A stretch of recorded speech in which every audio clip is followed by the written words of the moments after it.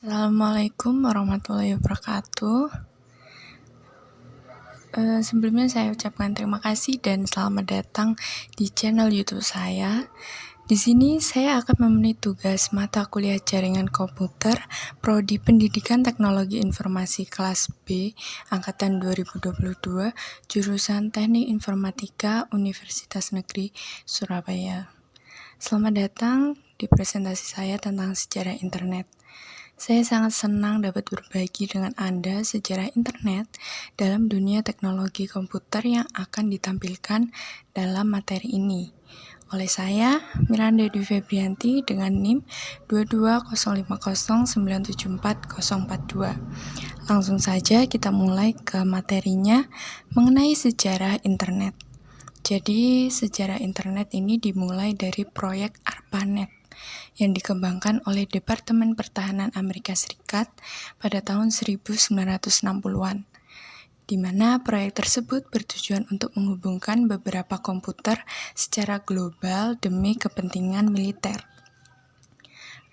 ARPANET itu apa sih? Jadi, ARPANET itu singkatan dari Advanced Research Project Agency Network, di mana jaringan komputer pertama yang menghubungkan beberapa universitas dan lembaga riset di Amerika Serikat.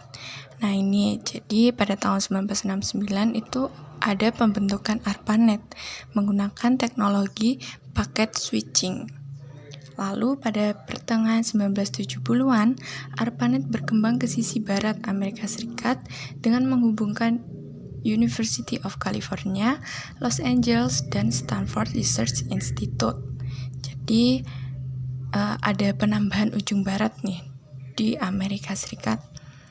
Lalu pada tahun 1983, ARPANET mulai menggunakan Transmission Control Protocol dan Internet Protocol, atau yang biasa kita kenal singkatannya yakni TCP/IP, yang menjadi dasar internet modern. Jadi adanya penyatuan protokol. Lalu adanya perkembangan internet di dunia ini bisa dimulai dari ekspansi global. Jadi internet itu mulai menyebar ke negara-negara di Eropa, Asia, dan Australia pada akhir tahun 1980-an. Lalu beriringnya waktu, pada awal 90-an, internet mulai membuka peluang bisnis dan berbagai produk dan layanan online. Jadi internet itu memberikan manfaat secara komersial. Lalu beberapa tahun, World Wide Web atau WWW yang biasa kita kenal dikembangkan oleh tim Berners-Lee menjadikan internet lebih user friendly. Jadi mungkin kebanyakan tuh nggak tahu ya WWW itu apa, karena biasanya kita ngetik juga ngetik link gitu pasti WWW apa gitu. Jadi WWW itu World Wide Web, ada singkatannya sendiri. Lalu dengan perkembangan di dunia, maka di Indonesia juga berkembang internet. Adanya perkembangan internet di Indonesia. Banyak hal nih yang berkembang, mulai dari internet untuk penerapan komersial, penyediaan infrastruktur, peningkatan aksesibilitas. Jadi Indonesia itu mulai merasakan manfaat internet secara komersial pada pertengahan 90-an. Seperti tadi ya, di ini komersial pada awal 90-an. Nah, di Indonesia juga ada peningkatan secara komersial. Dengan peningkatan itu, maka seiring berjalannya itu ada peningkatan infrastruktur juga, di mana telekomunikasi itu bisa memperluas akses internet ke wilayah lebih luas di Indonesia pada awal 2000-an. Nah, dari yang kita ketahui adanya perluasan komunikasi, perluasan akses, itu bisa meningkatkan aksesibilitas melalui program pemerintahan dan swasta, di mana akses internet itu semakin rata, menghubungkan masyarakat di berbagai daerah, bahkan di sampai penjuru dunia.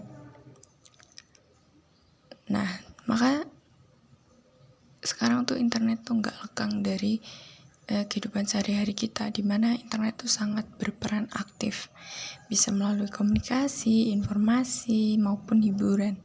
Dimana kalau internet itu bisa memungkinkan komunikasi secara instan dalam bentuk email, pesan instan, video call, dan media sosial lainnya sampai ke penjuru dunia.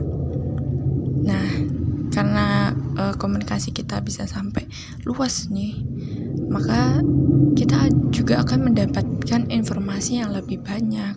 Kita bisa dapat akses ke berita, ilmu pengetahuan, dan pembelajaran online. Tak hanya itu, di zaman sekarang tuh juga banyak internet yang menyediakan hiburan, dimana kita bisa streaming musik, tayangan film, serta acara TV, terus sosial media gitu, sehingga internet tuh juga bisa membawa hiburan ke dalam kehidupan kita. Nah, dari semuanya itu pasti ada dampak positif dan negatifnya. Nah, untuk dampak positifnya itu kita bisa kolaborasi global, terus adanya pemberdayaan online. Jadi internet memungkinkan kolaborasi global.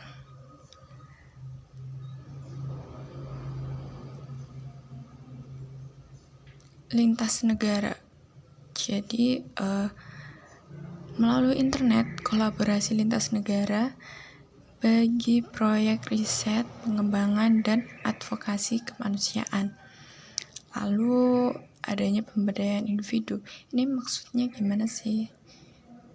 Jadi kita bisa dapat akses pendidikan, terus kita juga bisa cari peluang kerja online. Jadi tuh benar-benar internet memperluas kesempatan bagi individu untuk belajar. Lalu untuk dampak negatifnya, itu adanya ketidakamanan data, terus kerentanan anak-anak juga.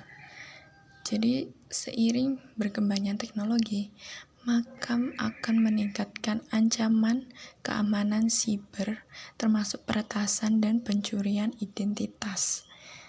Dan untuk kerentanan anak-anak, ini bahkan kadang bisa menjadi konten negatif, karena yang muncul di anak-anak itu kebanyakan adalah konten yang tidak sesuai umur mereka. Nah, untuk masa depan internet nih, jadi yang dimaksud masa depan internet di sini itu apa sih yang harus diperbaiki nantinya? Itu bisa dari bagian IoT, keamanan data, dan aksesnya, dimana untuk meningkatkan integrasi teknologi dalam kehidupan sehari-hari itu mungkin perlu ditingkatkan adanya sensor, terus sistem keamanan harus canggih untuk melindungi data pribadi, dan akses internet ke pedesaan dan wilayah terpencil itu menjadi tujuan utama pemerintah dan organisasi non-profit untuk meningkatkan aksesnya itu. Nah, udah selesai nih teman-teman. Terima kasih sudah menyimak ya sejarah internet, semoga bermanfaat. Sekian, terima kasih. Wassalamualaikum warahmatullahi wabarakatuh.